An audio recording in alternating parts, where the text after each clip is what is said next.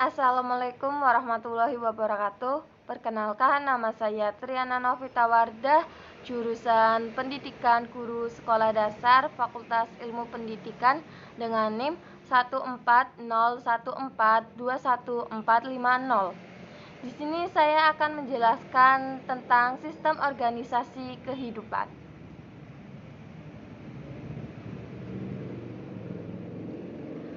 Yang pertama ada pengertian sistem organisasi kehidupan. Sistem organisasi kehidupan adalah perangkat yang menyusun tubuh makhluk hidup yang terdiri dari struktur terbesar sampai terkecil. Perangkat tersebut saling berhubungan satu dengan yang lainnya hingga membentuk sebuah sistem. Selanjutnya ada susunan sistem organisasi kehidupan. Susunan sistem organisasi kehidupan memiliki beberapa tingkat. Yang pertama, ada yang terkecil yaitu sel. Sel merupakan bagian struktural dan fungsional terkecil penyusun tubuh makhluk hidup. Meskipun berada pada tingkatan terendah dalam organisasi kehidupan, sel masih mampu menjalankan semua fungsi kehidupan.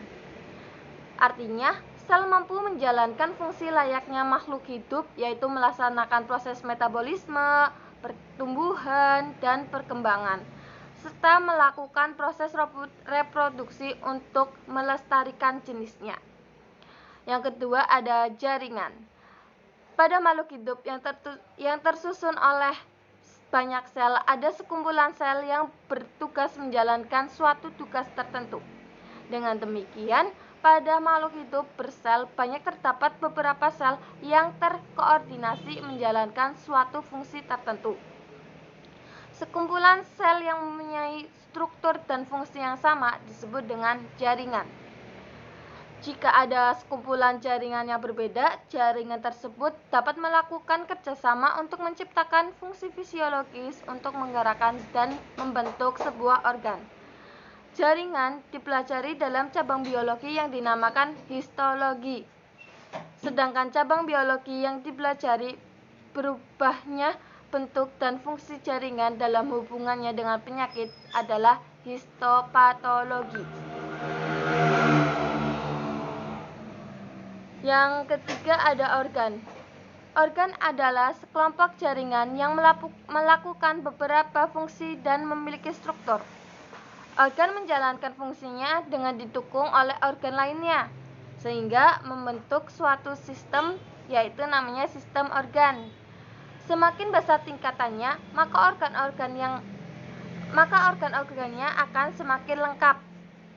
Nah, contohnya organ hewan dan manusia yang mempunyai fungsi khusus, misalnya lidah, hidung, telinga, dan mata sebagai organ indera, paru-paru sebagai organ pernafasan, lambung, usus, dan hati sebagai organ pencernaan, ginjal, kulit, dan paru-paru sebagai organ ekskresi. Yang keempat ada sistem organ. Sistem organ adalah gabungan dari berbagai organ untuk melakukan fungsi tertentu di dalam tubuh. Setiap organ memegang peranan yang sama pentingnya dalam menjalankan fungsinya.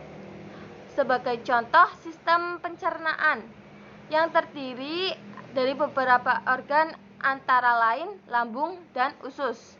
Meski masing-masing memiliki fungsi khusus, namun mereka bersama-sama bekerja mencerna makanan. Begitu juga dengan sistem organ lainnya.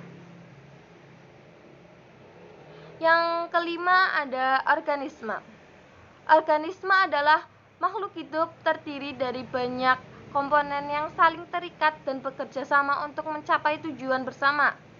Organisme hadir dalam berbagai ukuran, bentuk, dan gaya hidup, tetapi mereka semua berbagi beberapa ciri yang sama. Semua organisme membutuhkan makanan atau nutrisi dan mengeluarkan limbah tumbuh, berkembang biak, dan akhirnya mati. Ciri-ciri umum yang didapati pada banyaknya organisme adalah sebagai berikut. 1. Memerlukan nutrisi atau makanan. Yang kedua, bernafas. Yang ketiga, bergerak. Yang keempat, tumbuh. Yang kelima, berkembang biak. Yang keenam, peka terhadap rangsang. Yang ketujuh, beradaptasi, serta terdapat susunan kimia. Yang ke-8, mengeluarkan zat sisa. Yang ke-6 ada populasi. Populasi adalah sekumpulan individu dengan ciri-ciri yang sama dan hidup di tempat yang sama.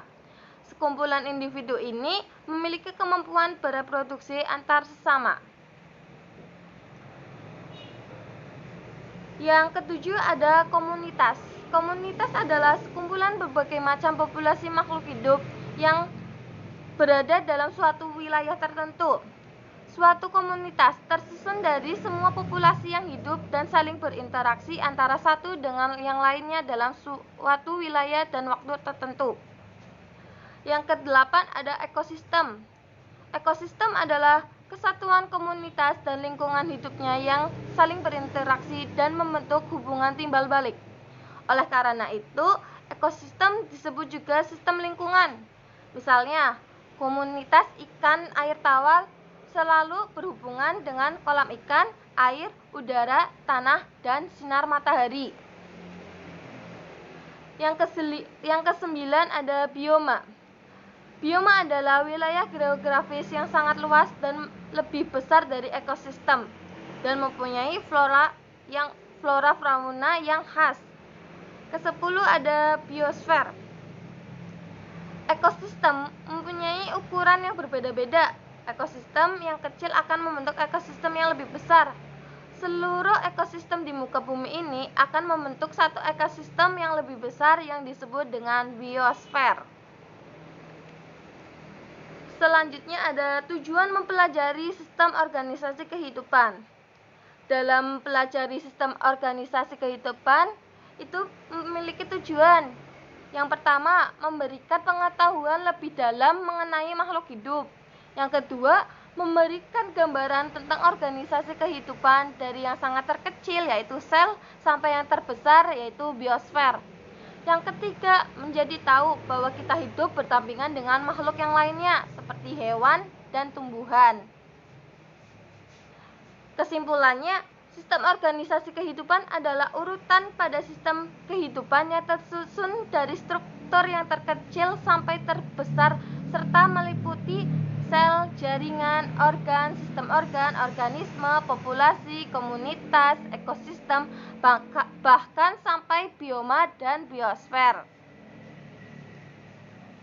Ini daftar pustakanya. Dan sekian dari saya. Kurang lebihnya mohon maaf. Wassalamualaikum warahmatullahi wabarakatuh.